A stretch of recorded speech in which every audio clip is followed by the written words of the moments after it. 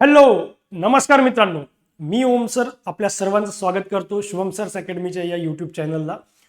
आजचा जो हा व्हिडिओ आहे तो सगळ्यात जास्त महत्त्वाचा आहे कुणासाठी, जर जे विद्यार्थी 10वी पास झालेले आहेत, जे 11th मध्ये असतील किंवा 12th मध्ये असतील किंवा ग्रॅज्युएशनच्या कुठल्याही इयरला असतील, हा त्यांच्यासाठी खूप महत्त्वाचा विषय आहे. जसा की तुम्हाला रिझर्व्ह बँक ऑफ इंडियाने एक मोठी ऑपॉर्च्युनिटी दिली आहे की तुम्हाला ते त्यांच्या संघटनेत सामील करून घेण्यासाठी एक त्यांना वॅकन्सीज काढल्या आहेत. तर कुठल्या आहेत त्या वॅकन्सीज? तर त्या वॅकन्सीज आहेत Reserve Bank of India officer अटेंडंटच्या. सर काय आहे हे ऑफिसर अटेंडंट? ठीक आहे ना, काय आहे रिझर्व्ह बँक ऑफ इंडिया? तर ह्या सगळ्या गोष्टी तर आपण जाणून घेणारच आहोत. पण सगळ्यात महत्त्वाचं की तुम्ही जर इलिजिबल असणार तर नक्की व्हिडिओ बघा.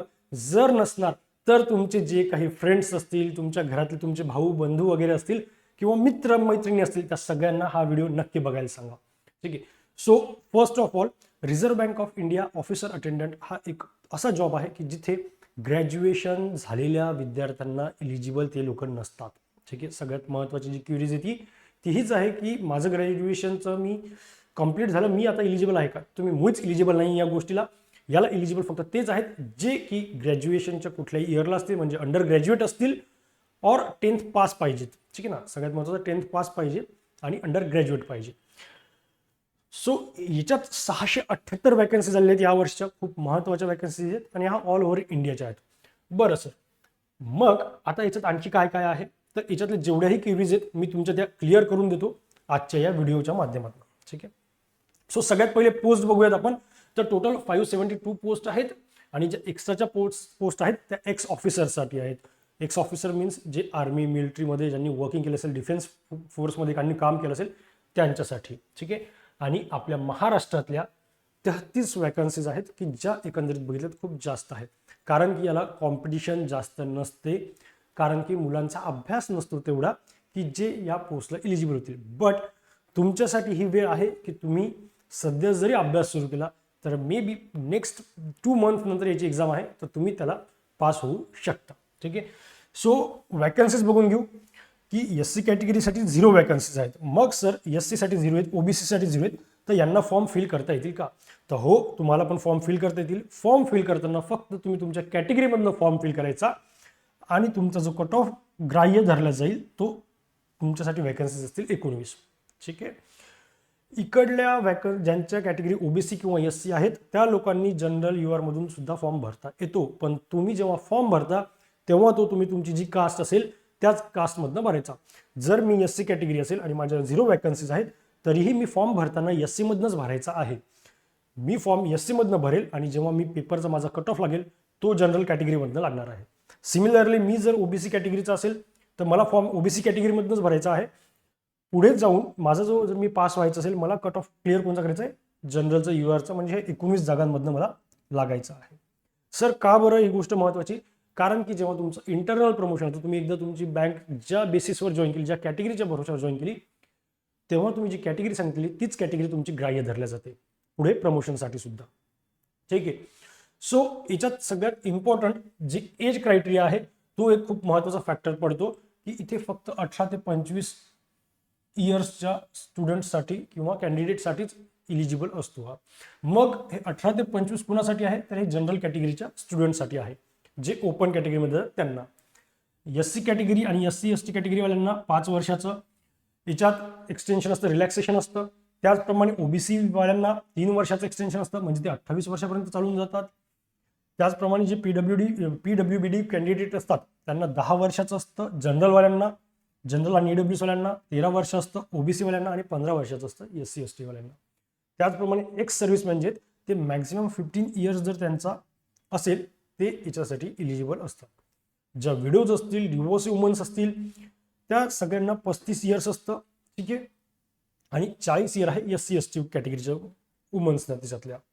त्याचप्रमाणे जे कॅन्डिडेट आहेत, जे वर्क एक्सपिरियन्स आहेत, ज्यांना ऑलरेडी आरबीआयमध्ये वर्किंग असतील कॉन्ट्रॅक्ट बेसिसवर वगैरे, त्यांच्यासाठी 3 वर्षाचं एक्सटेन्शन असतं जास्तीत जास्त. ठीक आहे. तर मित्रांनो, हा फॉर्म या सगळ्या कॅन्डिडेट जे बसतात त्यांना फिल करता येतो. ठीक आहे.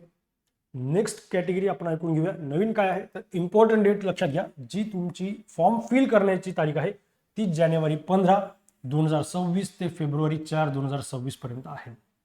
फेब्रुवारी 4ची कोणीच वाट बघू नका. शेवटच्या वेळेत थोडीशी साईट हँग होऊ शकते. सो मला असं वाटतं त्याच्या आधी जर फॉर्म फिल करता आला तर खूप चांगलं. सर फॉर्म फिल करताना कुठले डॉक्युमेंट्स आम्हाला लागतात का? तर मुळीच कुठले डॉक्युमेंट्स तुम्हाला लागत नाहीत. ठीक आहे. कुठलेच डॉक्युमेंट्स सध्याच लागत नाहीत. बट जे तुमचे सेंट्रलचे कास्ट सर्टिफिकेट असतील, कास्ट व्हॅलिडिटी असतील, कास्ट व्हॅलिडिटी निघेलच तुमची मे बी, नसेल तरीही चालेल, बट कंपल्सरी तुम्हाला सेंट्रल कास्ट सर्टिफिकेट असणं आवश्यक आहे. सेंट्रल कास्ट सर्टिफिकेट हे एक तुमचं कंपल्सरी असतं. हे प्रत्येक वर्षी रिन्यू करावं लागत असतं. ठीक आहे. 1 एप्रिल नंतर रिन्यू करावं लागतं. बट तुम्हाला हे या वर्षीचं काढावं लागेल. 1 एप्रिल सर मी आता पास झाल्यावर बघतो, मग तोपर्यंत एप्रिल महिना चालला जाईल. मे बी याचा रिझल्ट एप्रिलच्या पुढेच येईल. सो तोपर्यंत वाट नका बघू, कारण की 1 एप्रिल नंतर तुम्हाला मागच्या फायनान्शियल इयरचं कास्ट सर्टिफिकेट मिळणार नाही सेंट्रलचं. सो सेंट्रलचं कास्ट सर्टिफिकेट काढून घ्या. कास्ट सर्टिफिकेट काढण्यासाठी सगळ्यात महत्त्वाचं असतं तुमचा उत्पन्नाचा दाखला, ज्यालाच आपण नॉन क्रिमिनल म्हणतो. ठीक आहे ना. तर नॉन क्रिमिनल सुद्धा तुम्हाला लागणार आहे. उत्पन्नाचा दाखला हा 3 वर्षाचा काढून ठेवा. स्टेटचा पण काढा आणि सेंट्रलचा तर याच्यामध्ये येऊनच जाईल. त्याचप्रमाणे जे स्टेटचं कास्ट सर्टिफिकेट असतं ते सुद्धा तुमच्याकडे असणं आवश्यक आहे. कळालं. ओबीसी वाल्यांना मोस्ट ऑफ द टाइम लागतात कास्ट सर्टिफिकेट, आणि नॉन क्रिमिनल ओबीसी वाल्यांना जास्त गरजेचं आहे. सो त्यांनी सगळ्यांनी काढून घ्या. कास्ट सर्टिफिकेट आता जरी काढायला टाकलं तरीही चालेल. फॉर्म तुम्ही भरला आज तरीही चालेल. ठीक आहे. तुम्ही पुढे कास्ट सर्टिफिकेट निघून जाईल तुमचं. 1 एप्रिलच्या आधी निघलं पाहिजे फक्त. म्हणजे की जी डेट आहे तुमची ती 4 फेब्रुवारीच्या आधीची पाहिजे कास्ट सर्टिफिकेट काढण्याची. ठीक आहे. तुम्ही आता एलिजिबल जरी केलं तर हार्डली 10-15 दिवसात येऊन जाईल. तर तुम्हाला कास्ट सर्टिफिकेट तुमचं मिळूनच जाणार याच्यात. नंतर जे पेमेंट ऑफ फीज आहे ते डेट सेम असतात. 4 तारखेपर्यंत पेमेंट करावं लागेल. आणि ज्या दिवशी तुम्ही फॉर्म फिल केला, पेमेंट केलं, त्याच्यानंतर सगळ्यात इम्पॉर्टंट आहे तुम्हाला प्रिंटआउट काढून ठेवायची आहे. प्रिंटआउट डाउनलोड करून ठेवा. प्रिंटआउट जी असते ती डाउनलोड करा PDF फॉर्मॅटमध्ये.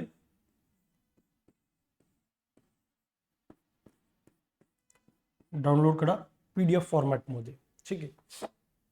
फॉर्म फिल करताना जास्त पॅनिक व्हायचं नाही. कुठल्याही प्रकारचा त्रास झाला तर मला कॉल करायचा नक्की.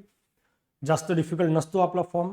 जर नसेल जमत तरी पण तर जवळचं एखादं कुठलं कॅफे वगैरे असेल तिथे ते लोक भरून देतात. तुम्ही त्यांच्याकडे जाऊन भरून घेऊन घ्या. ठीक आहे. जी टेंटेटिव्ह डेट आहे ऑनलाईन टेस्टची ती असेल 28 फेब्रुवारी किंवा 1 मार्चपर्यंत. ठीक आहे. ही टेंटेटिव्ह आहे फक्त. कंपल्सरी नाही की याच दिवशी होईल. मे बी पुढे पण जाऊ शकतो. ठीक आहे. पण टेंटेटिव्ह आहे की 28 फेब्रुवारी किंवा 1 मार्चपर्यंत हा पेपर होऊनच जाईल. नेक्स्ट की एज्युकेशन क्वालिफिकेशन काय लागतं. तर मी आधीच बोललो तुम्हाला स्टार्टिंगला की एज्युकेशन जे आहे त्याच्यात जो कॅन्डिडेट असेल तो 10th स्टँडर्ड पास झालेला पाहिजे आणि अंडर ग्रॅज्युएट पाहिजे. तो कधी 1/1/2026च्या आधी. याच्यात सगळ्यात मुलांचा महत्त्वाचा डाऊट असतो की सर माझा विषय बॅक होता. ठीक आहे ना. मी आता रिचेकिंगला टाकलेला आहे वगैरे, तर माझं रिझल्ट येईल का? सो जर तुमचा मागच्या वर्षी असेल तर रिचेकिंगला टाकला असेल तर तुम्हाला इलिजिबल राहणार नाही. रिचेकिंगमध्ये मार्क्स वाढून आले तर तुम्ही इलिजिबल राहणार नाही. फक्त महत्त्वाचं लक्षात घ्या. डेट याच्यात एकच लक्षात घ्यायची तुम्हाला की जी काही 1 जानेवारी 2026 आहे इथपर्यंत तुम्ही ग्रॅज्युएशन कंप्लीट नाही पाहिजे. तुम्ही 3rd इयरला असणार चालेल. तुम्ही जर 3rd इयरमध्ये फेल झालेले असणार एखाद्या सब्जेक्टमध्ये तरीही चालेल. तेव्हाच तुम्ही इलिजिबल असणार आहे या RBI ऑफिसर अटेंडंटच्या एक्झामसाठी. ठीक आहे. Graduates and candidate possessing higher qualification are not eligible to apply. ज्या विद्यार्थ्यांचं ग्रॅज्युएशन कंप्लीट झालेलं आहे किंवा PG वगैरे झालेलं आहे ते याला इलिजिबल नसतील. याच्यात भरपूर लोकांचे असे पण डाऊट होते की मी एक ग्रॅज्युएशन केलेलं आहे ओपन युनिव्हर्सिटीमधनं आणि माझं एक ग्रॅज्युएशन सुरू आहे साध्या युनिव्हर्सिटीमध्ये सुद्धा. ठीक आहे ना. जे BSc वगैरे प्लेन BSc किंवा रेग्युलरमध्ये सुरू आहे, तर मी इलिजिबल आहे का?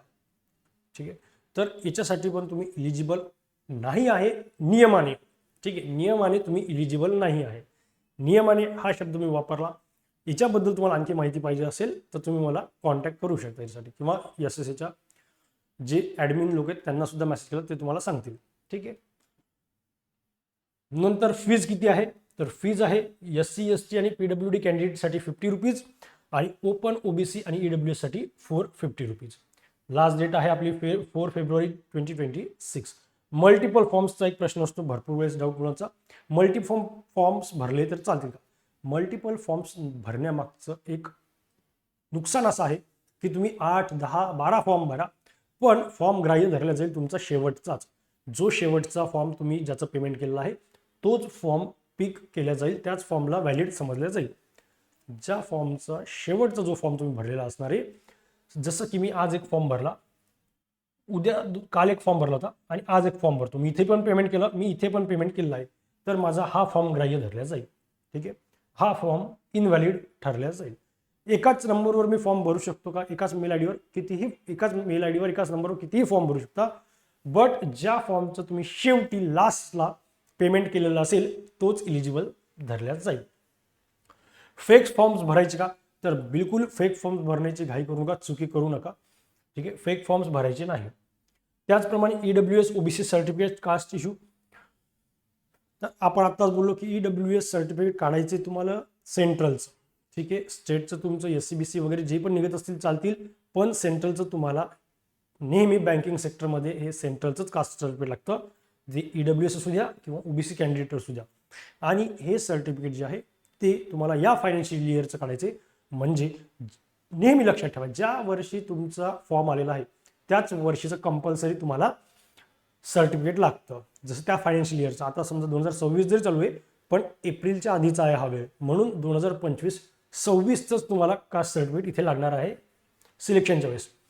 ठीक आहे ना. मॅरिड स्टुडंट्स नेम इश्यू ज्यांचा असेल त्यांना काहीच इश्यू येणार नाही. ज्यांचं आधार कार्डवर नाव वगैरे चेंज झाले त्यांनी फक्त ॲफिडेविट वगैरे घेऊन जायचं असतं एक्झाम सेंटरच्या वेळेस, जर तुमच्या आधार कार्डवरचं नाव झालं असेल तर. फॉर्म फिल करताना मॅरिड स्टुडंटनी काय करायचं आहे, तर जे तुमचे हस्बंड वगैरे असतील त्यांच्या नावाने फॉर्म फिल नाही करायचा, बिकॉज तुमचे जेही डॉक्युमेंट्स आहेत ते सगळे डॉक्युमेंट्स असतात तुमच्या वडिलांच्या नावाने. सो तुम्हाला फॉर्म फिल करताना वडिलांच्याच नावाने फॉर्म फिल करावा लागेल. आणि जेव्हा तुम्ही आधार कार्ड समजा इन केस तुम्ही चेंज केलेलं असेल तर आधार कार्डच्या वेळेस फक्त एकच गोष्ट लक्षात घ्यायची, जर तुमच्या आधार कार्डवरचं पॅन कार्डवरचं नाव चेंज झालं असेल, तुम्ही आता लग्न झाल्यावर नाव तुमच्या हस्बंडचं टाकलं असेल, तर मैत्रिणींनो फक्त की तिथे एक ॲफिडेविट घेऊन जायचं, तुमचं मॅरेज सर्टिफिकेट घेऊन जायचं असतं एक्झाम सेंटरला. ठीक आहे. त्याची झेरॉक्स वगैरे पण आणि ओरिजिनल पण, ते तुमच्या तिथं कामात येऊन जाईल. नेक्स्ट आहे की एक्झामचं पॅटर्न कसं असणार आहे सर. तर एक्झामचं पॅटर्न जे आहे त्याला पहिलं सेक्शन असणार आहे लॉजिकल रिझनिंग. कुठला असणार आहे? लॉजिकल रिझनिंग हा आपला सगळ्यात पहिला सब्जेक्ट असतो. ठीक आहे. ज्याच्यात नंबर ऑफ क्वेश्चन्स 30 असतात, मॅक्झिमम मार्क्स त्याला 30 मार्क्स असतात, 30 क्वेश्चन्स 30 मार्क्सला. आणि ते कंपोजिट टाईम आहे 90 मिनिट्सचा, सेक्शनल टायमिंग नाही. म्हणजे 90 मिनिटात तुम्ही कुठल्याही सेक्शनला कधीही जाऊ शकता. मला असं वाटलं मी स्टार्टिंगला इंग्लिश सोडवायचं, तुम्ही इंग्लिशला सोडू शकतो.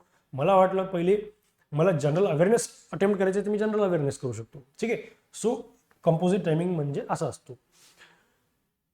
Reasoning 30 questions 30 marks, English 30 question 30 marks, नंतर तुमचं जनरल अवेअरनेस 30 क्वेश्चन्स 30 मार्क्सलाच आहे, आणि न्यूमेरिकल ॲबिलिटीला सुद्धा म्हणजे क्वांटिटी ॲप्टिट्यूडला 30 पैकी 30 मार्क्स आहेत. न्यूमेरिकल ॲबिलिटी म्हणजे इथे जास्त डिफिकल्ट क्वांट तुम्हाला येणार नाही आहे, ओनली नंबर्सवरच क्वेश्चन्स येतील जास्त करून. ठीक आहे. टोटल 120 क्वेश्चन्स आहेत, 120 मार्क्सला, आणि टायमिंग आहे 1.5 तासाचा म्हणजे 90 मिनिटाचा. याच्यावर एक डाऊट होता भरपूर मुलांचा की जनरल अवेअरनेसचं सर आम्ही कसं करायचं. तर जनरल अवेअरनेससाठी स्टॅटिक करू का, हे करू का, ते करू का, काहीच जास्त टेन्शन घ्यायचं नाही. जे आपले SSCचे लेक्चर रोज सकाळी 7 वाजता करंट अफेअर्सचे सुरू आहेत, तुम्ही तेवढे जरी लेक्चर केले तर तुम्हाला त्याच्यात कळून येईल की तुमचं स्टॅटिक पण त्याच्यात कव्हर होतंय, तुमचं करंट अफेअर्स पण कव्हर होतंय, तुमच्या गव्हर्नमेंट स्कीम पण कव्हर होत आहेत, RBIच्या ज्या नवीन काही रूल्स आले असतील ते सुद्धा आपण त्यात कव्हर करतोय. तर सगळ्यात इम्पॉर्टंट आहे त्या स्टुडंटसाठी ज्यांना करंट अफेअर्सचं किंवा जनरल अवेअरनेसचं टेन्शन आहे, त्यांनी फक्त सकाळी 7 AM करंट अफेअर्सचं लेक्चर जे तुम्हाला पाहायला मिळेल SSA ॲपमध्ये. ठीक आहे. SSA ॲप जर डाउनलोड केलं नसेल तर SSA ॲप सर्च करा तुमच्या डिव्हाइसवर, मोबाईल डिव्हाइसवर, तुम्हाला मिळून जाईल आणि रोज सकाळी शार्प 7 वाजता हे लेक्चर आपलं सुरू होतं. ठीक आहे. सो तुम्ही जर डेली बेसिसवर आत्तापासून जनरल अवेअरनेसची प्रॅक्टिस सुरू केली तर तुम्हाला खूप इझी जाईल पुढेपर्यंत. ठीक आहे. नंतर निगेटिव्ह मार्किंग असणार आहे या पेपरला, या एक्झामला निगेटिव्ह मार्किंग सुद्धा असणार आहे तुम्हाला. नंतर सगळ्यांना कंपल्सरी LPT द्यावी लागेल. The candidates provisionally shortlisted from the online test will have to undergo LPT language proficiency test. LPT म्हणजे काय असते सर, तर काहीच नाही, जसं महाराष्ट्रात तुमचा एक मराठीचा पेपर होईल ज्याच्यामध्ये तुम्हाला समानार्थी विरुद्धार्थी शब्द विचारतील, एखादा RC दिला जाईल, RC मीन्स एक पॅसेज दिला जाईल. ठीक आहे ना, त्याच्यावर प्रश्न विचारले जातील, त्याच्यानंतर तुम्हाला 5 मिनिटं बोलायला सांगतील मराठीमध्ये किंवा तुम्हाला 5 मिनिटं वाचायला पण सांगतील एखादं पेपर वगैरे देऊन. तर अशी LPT टेस्ट होते. ही जास्त काही डिफिकल्ट नसते आणि ही फक्त क्वालिफाईंग इन नेचर असते. ही काय असते, ही क्वालिफाईंग इन नेचर आहे फक्त. ठीक आहे. तर हिचं जास्त टेन्शन घ्यायचं नाही, तुम्हाला फक्त पास होण्यासाठी या 4 सब्जेक्टमध्ये चांगला स्कोअर करायचा आहे. ठीक आहे ना. सो इथे थोडं फोकस कराल व्यवस्थित. नंतर जो तुम्हाला फोटोग्राफ लावायचा आहे, जो फॉर्म फिल करताना तुम्हाला फोटोग्राफची साईज पाहिजे आहे ती पाहिजे 20 KB टू 50 KB. जर तुमची जास्त असेल तर जो आपल्या लॅपटॉपमध्ये PC जो पेंट असतो, पेंट नावाचा एक ॲप असतं, ॲप्लिकेशन असतं, त्याच्यामध्ये तुम्ही त्याची साईज रिड्यूस करू शकता किंवा वाढवू पण शकता. नंतर सिग्नेचर जी आहे ती 10 KB ते 20 KBच्या मदत पाहिजे आणि ती ब्लॅक पेनने पाहिजे. ठीक आहे. लेफ्ट हँडचा थंब पाहिजे, लेफ्ट हँडचा थंब तिथे प्रिंट करावा लागेल तुम्हाला, जो की ब्लॅक ब्ल्यू कुठल्याही याच्यात चालेल थंब पॅडवरचा. त्याचप्रमाणे हँड रिटन डिक्लेरेशन पण पाहिजे 50 KB ते 100 KBचं, ते पण पाहिजे ब्लॅक पेनने. White page, clean white page घ्यायचा, त्याच्यावर तुमची साईन करायची, तिथेच तुमचं हँड रिटन डिक्लेरेशन करायचं आणि ते अपलोड करायचं 1 by 1 जिथे तुम्हाला फॉर्ममध्ये सांगितलेलं असेल तिथे. नंतर कॅपिटल सिग्नेचर मुळीच चालत नसते याच्यामध्ये, कॅपिटल डिक्लेरेशन पण चालत नाही. डिक्लेरेशनचं मी फॉर्मॅट आपल्या शुभम सर्स अकॅडमीच्या टेलिग्राम चॅनलला, हा व्हिडिओच्या लिंकच्या खाली तुम्हाला देतो डिस्क्रिप्शनमध्ये. ठीक आहे. टेलिग्राम चॅनलला डेट ऑफ बर्थ ही डिक्लेरेशनमध्ये नाही टाकायची आहे, सध्या या एक्झामला डेट ऑफ बर्थ डिक्लेरेशनमध्ये नाही टाकायची आहे. त्याचप्रमाणे जे अप्लिकेशन फॉर्म आहे तो सेव्ह करायचा आहे एनी हाऊ. जी मी स्टार्टिंगला तुम्हाला म्हटलो की अप्लिकेशन फॉर्म कंपल्सरी सेव्ह करा. जेव्हा तुम्ही पेमेंट करसाल त्यावेळेस कंपल्सरी पेमेंट हे फक्त आणि फक्त तुमच्या कार्ड पेमेंटने करा, कार्ड थ्रू करा. सर कार्ड थ्रू का, UPI थ्रू का नाही, तर भरपूर वेळेस असं होतं की तुमचे पैसे कटतात पण तिकडे पेमेंट झालेलं नसतं आणि पेमेंट केल्या लगेच तुम्हाला फॉर्म चेक करायचा आहे अप्लिकेशन प्रिंटआउटमध्ये जाऊन किंवा प्रिंटआउट काढायची त्याची, जिथे तुम्हाला खाली दिसेल त्या फॉर्ममध्ये की तुम्ही पेड केलेलं आहे की नाही. या 2 गोष्टी चेक करायच्या नेहमी फॉर्ममध्ये, की पेमेंट झाल्यानंतर आपण जे पेमेंट केलेलं आहे ते पेड झालं की नाही ते तुम्हाला अप्लिकेशन फॉर्ममध्ये दिसतं. ठीक आहे. तर पेमेंट करताना कार्ड थ्रूच करा. ठीक आहे ना. आणि अप्लिकेशन सेव्ह करा तुमच्या नावासकट जे काही असेल ते. नंतर common doubts all semester or year wise, म्हणजे आपण ज्या गोष्टी आपण आधी बघितल्या की सगळ्या सेमिस्टरचे लोक लागणार नाही याला, फक्त आणि फक्त कुठले लागतील, सगळ्या सेमिस्टरचे लोक चालतील या एक्झामसाठी. ठीक आहे. त्याप्रमाणे कास्ट सर्टिफिकेट EWSचा आपण कव्हर केलेला आहे. तुम्हाला हे 2025-26च पाहिजे, म्हणजे हे तुम्हाला आत्ताच काढावं लागेल किंवा प्रोसेसला तरी टाकून द्या, फॉर्म भरून द्या बट प्रोसेसला टाकून द्या. तुमचं जे सर्टिफिकेट असेल का, सेंट्रल कास्ट असेल किंवा EWS सर्टिफिकेट असेल, OBC असेल, जेही सर्टिफिकेट असेल. फायनल इयर स्टुडंट्स इलिजिबल आहेत. वर्क एक्सपिरियन्स लागत नाही या एक्झामसाठी. कॉम्प्युटर नॉलेज सुद्धा याला कंपल्सरी नाही आहे. फोटो, आणि जर असेलही त्या फॉर्ममध्ये विचारलं तर तुम्ही MSCIT वगैरे जे काही केलं असेल किंवा तुमच्या ग्रॅज्युएशनला सब्जेक्ट असेल तो तुम्ही तिथे सिलेक्ट करू शकता. नंतर फोटो ID, जेव्हा एक्झामला जाल तेव्हा फोटो ID व्यवस्थित घेऊन जा, त्याच्यावरचं नाव मॅच झालं पाहिजे तुमच्या अप्लिकेशन फॉर्मवरचं. ठीक आहे. त्याचप्रमाणे जो सेक्शनल कट ऑफ आहे, या एक्झामला सेक्शनल कट ऑफ असणार आहे. जे आपण तिथे सब्जेक्ट बघितले होते त्या सब्जेक्टमध्ये सेक्शनल कट ऑफ हा असणारच आहे. तो आता आणखी फिक्स नाही, बट ज्या वेळेस रिझल्ट लागेल त्यावेळेस सेक्शनल कट ऑफ लागेल आणि त्याच्यानंतर मेरिट लिस्ट लागेल. So sectional cut off compulsory काढणं तुम्हाला कंपल्सरी आहे. मॅरेज नेम इश्यू हे सुद्धा आपण कव्हर केलेलं आहे आणि UPI पेमेंट सुद्धा करायचे नाही हे सुद्धा आपण सांगितलेलं आहे. सिबिल स्कोअर हा मॅटर करतो. सिबिल स्कोअर हा मेंटेन करा. आत्तापासून त्याच्या मागे लागा. जे काही तुमचे EMI ड्यूज वगैरे असतील ते रेग्युलर टाइम टू टाइम भरा आणि जर एखादं लोन केस पेंडिंग असेल तर ते सुद्धा कव्हर करून घ्या. चालेल मग. सो एवढे डाऊट्स होते. याच्या व्यतिरिक्त आणखी जर तुमचे काही डाऊट्स असतील तर नक्कीच मला कॉन्टॅक्ट करा. तुम्हाला मी जे काही बाकीचे डाऊट असतील ते मी तुमचे क्लिअर करून दिले. चालेल मग. So thank you so much. जय हिंद, जय महाराष्ट्र.